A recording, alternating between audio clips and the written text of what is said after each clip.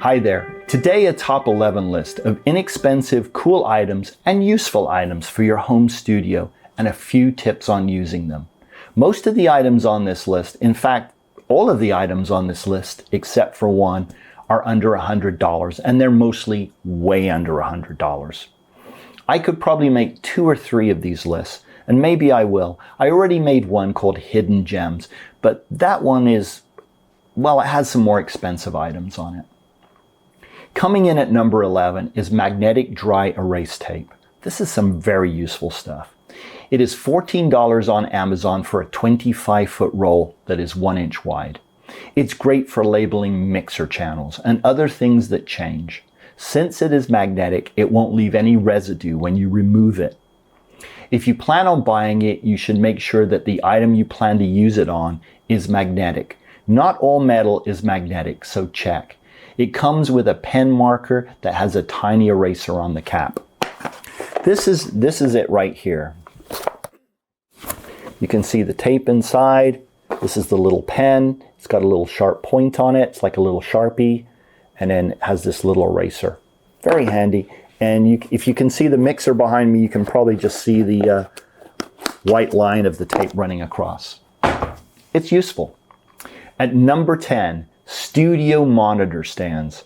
Floor stands run from about $50 to several $100s. You can buy a nice fixed height set for about $100 that includes a wood grain. If you prefer all metal stands, they have advantages. Often they're adjustable, but they're kind of ugly. It's up to you. Coming in at number 9 is a multimeter. You may think to yourself, I don't need a multimeter. I'm not going to troubleshoot or fix any of my gear. That's fine, but a cheap multimeter can be useful.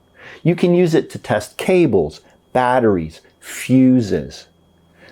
These are all simple tasks to do, and some music devices have fuses and batteries.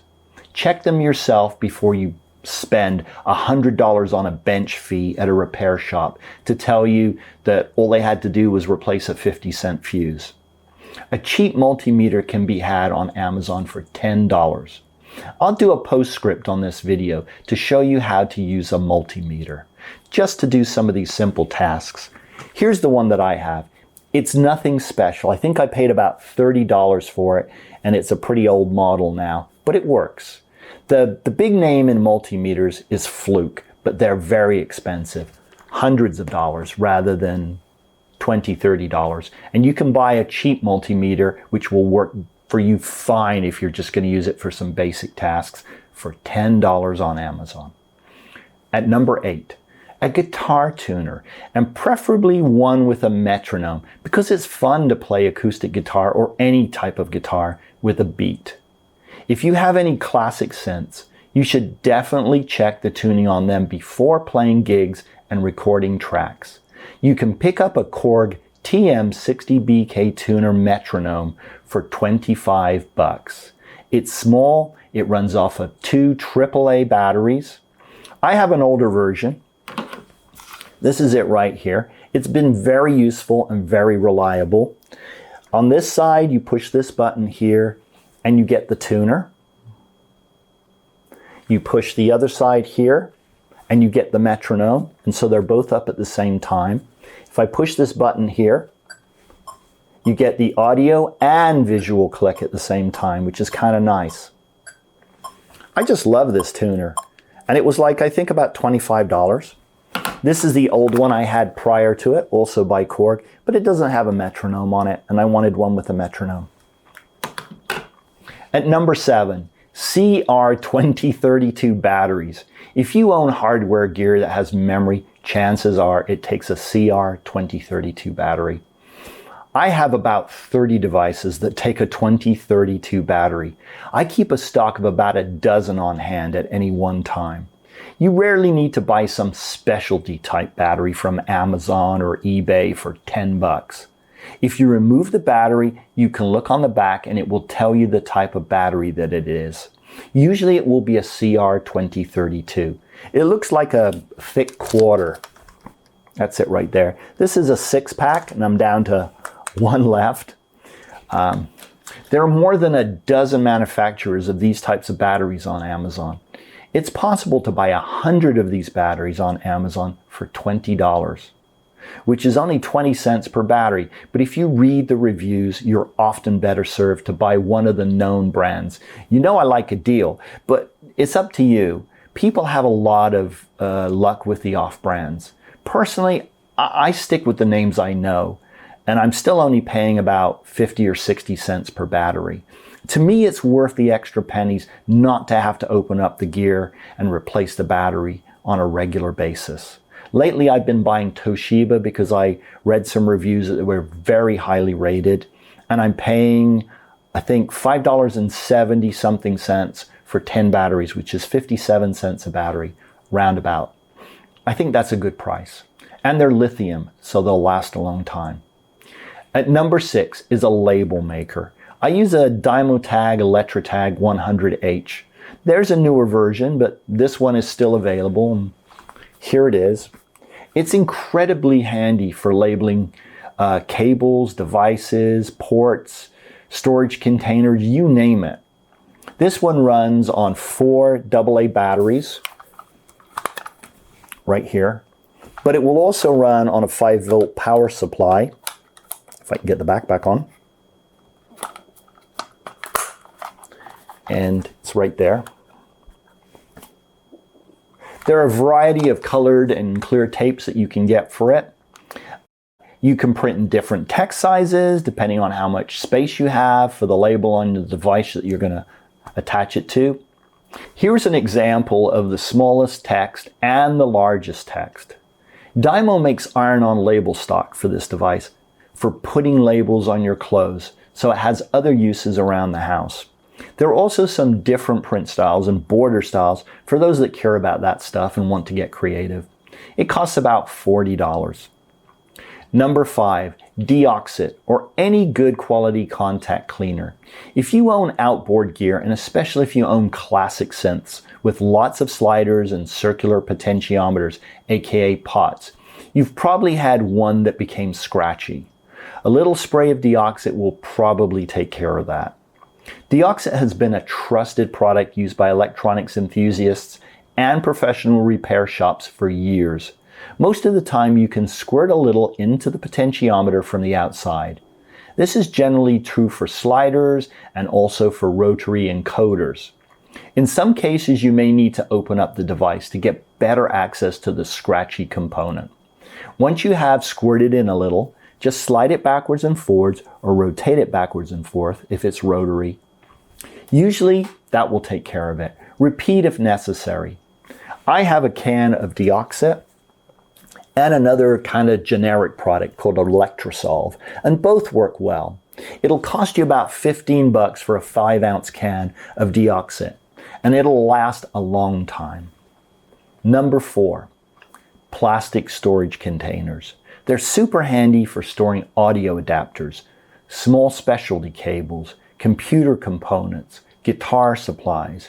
You can get 20 6-quart containers on Amazon with lids for less than $30. This is a lot cheaper than some of the container stores. I also like using the plastic containers that you get chocolate covered nuts in at Costco. I use them for adapters, small connectors, cables, batteries, and more. Best part, they're free once you've eaten the nuts. Don't forget to wash them out or you'll get critters. Number 3, wall art. It can be very expensive. If you're familiar with my channel, you know I like doing things on a budget. Before I give you the new option, you might want to check out your local Salvation Army and Goodwill stores. You can find wall art at very attractive prices in thrift stores. Even cool wall art with musical themes. Sometimes all you want is the frame and you can discard the included picture of a bowl of fruit. If you go the new route, for $35 to $60 on Amazon, you can buy 4 12 by 18 frames. I find that you get the best prices for frames on Amazon. I find that the prices of posters are better on eBay, in the range of $3 to $20 for a 12 by 18 print. Also, if you're willing to do it yourself, you can get full-sized poster frames at around $25 a piece and a poster for as low as $12. That's $37 total, which isn't bad. If you've got the frame, say, at a thrift store, it's going to be even less.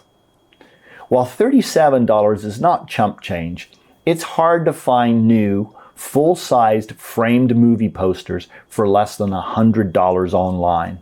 So doing it yourself for $37 or less is a good idea and a good deal. Most posters you'll find online are reprints, so you should make sure that the quality is good. Some reprints can be fuzzy or grainy. Usually I'll buy one, and then if it's good, I'll buy more from the same supplier. Here's an example of a 11 by 18 frame, and I think I bought 4 of these from Amazon, and I think it was about $64. So that's pretty good. At number 2, a cork board or dry erase board. They're great for storing your ideas. What kinds of ideas? Song ideas, screenplay ideas, video episode ideas, ideas about anything. A 24 by 18 cork board on Amazon will cost you less than $30. An 18 by 12 magnetic whiteboard on Amazon will cost you about $17. If you prefer, there are also combo boards that include a cork area and a whiteboard area. Whatever works for you is what you should consider.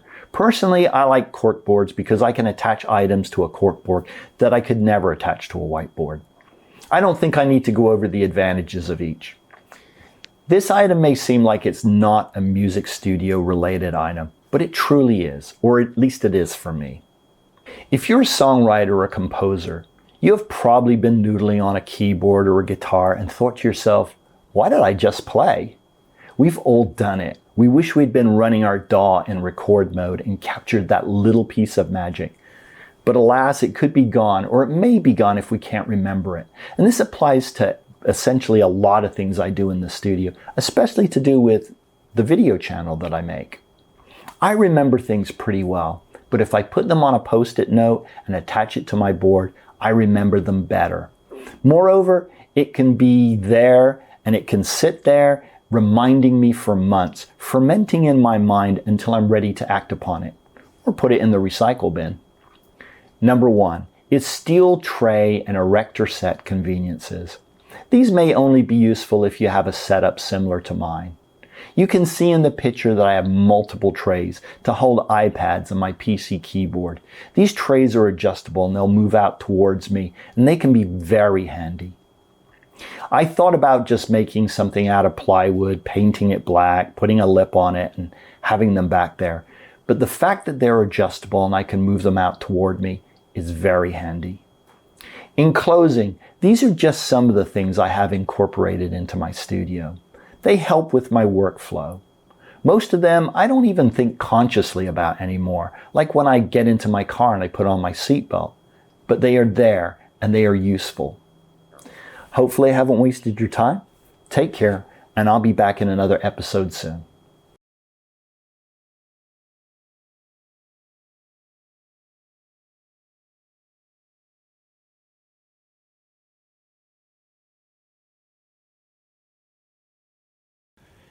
Thanks for sticking around to the end, and here's the postscript. I'm just going to test a few items with my multimeter. We're not going to get into anything tricky or difficult to deal with. This particular multimeter allows you to attach the probes on the back. It can be kind of handy. Here's what the probes look like. We have metal on the tips right here. There's also a little sheath that covers over them. This is handy for when you're doing delicate things and you just want to touch 2 points and you want to make sure that this doesn't accidentally touch something else. We'll go ahead and take these off. We're not working with high voltages or delicate electronics, so we don't have to worry about it. On the face here, we have different options that we can choose from. And this is a relatively complex multimeter for the price that I paid for it. But we're only going to be using 2 items on this: direct current voltage and continuity testing. Okay, you can see there's a V here, and that stands for voltage, and you can see there's a sine wave. That means alternating current. On this particular one, you can see there's a straight line. That's direct current. That's good for batteries, at least our basic commercial battery like this. So if we turn it to direct current voltage, we should be able to test some batteries. It's auto ranging. I can select ranges, but it's going to be auto ranging, so we don't have to worry too much about that. If we look at our battery, it has a plus marking on it. Most batteries at least tell you where the plus is. So we'll attach our plus lead to that side, our negative to the other side, and test the voltage. And it should be 1.5 volts if it's a good battery. This is 1.575, a good battery. So we'll definitely keep that guy. Let's take a look at this battery. You might be able to see the corrosion on it, and the thing is kind of coming off of it, the cover. What do you think? You think this will be a good battery? All right. Now in our display here, you can see MV. This is millivolts. Okay. So let's see. Let's test it. And it has 250-ish millivolts. So no good. Let's try this guy right here. This is kind of a stubby battery. You used to see these with garage remote control. So let's put that on there. This should be 3 volts, I believe. 3.264. And you can see the little M disappeared when I put this on here, and it goes into the voltage range and away from millivolts. Good. So that's a good battery. Keep that one. Here's just a different battery to give you a different perspective. This is from Fries.com. Fries used to be around. May they rest in peace. You can see there's a plus marking there. Go ahead and touch this on the positive side. Should be 1.5 volts. 1.48. That's not so good. It'll probably work. When it gets down to about 1.38, the device is probably not going to work anymore. Of course, the device will let you know when you need to change the batteries because it won't work anymore. But sometimes if it's, say, a remote control for a TV, you don't know if it's the batteries or because, you know, Uncle Fester sat on the remote control. All right, let's take a look at fuses. So here's a fuse. These are really small fuses. I think these went in one of my Roland devices years ago. And a fuse is essentially a glass cylinder with metal contacts on each end. You've probably seen these before. And there's a piece of fuse wire that runs through the center. And it's sensitive to current. When the current goes over a certain amount, the wire breaks, and there's no circuit, and it protects your electronics. There's no polarity to these, meaning it doesn't matter whether you put this probe on this end or this end. It'll still work. But we need a different measurement here. We're going to measure continuity right here. And mine defaults to a diode mode. I don't want to talk about diodes, but I'm just going to tell you I'm going to select continuity mode here. And this is audible. So if there's a connection, we get a tone. If we try to go through the machine, no tone. This is made out of plastic and it doesn't conduct. See if our fuse is any good. Put it on that end, touch it on this end. Good fuse. Don't worry about the reading. That's a good fuse.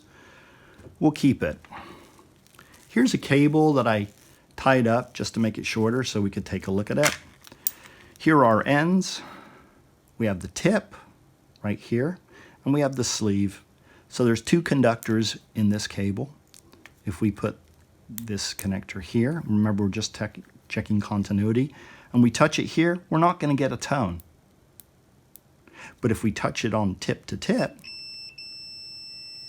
okay, so we know it's working on that point. Let's try it down here. that's working too. So that's a good cable. Now, cables that work intermittently may have a break in them that is sometimes touching and sometimes not touching. And so it can be harder to diagnose. It's not a bad idea to hold the two ends and then kind of jiggle the cable in the air and see if it goes, see if you lose tone. And if you do, it could mean the cable is bad. So that's pretty much it for this. A $10 multimeter will do everything that I've just done. A lot of this other stuff, you're just not going to need. All right, thanks for watching.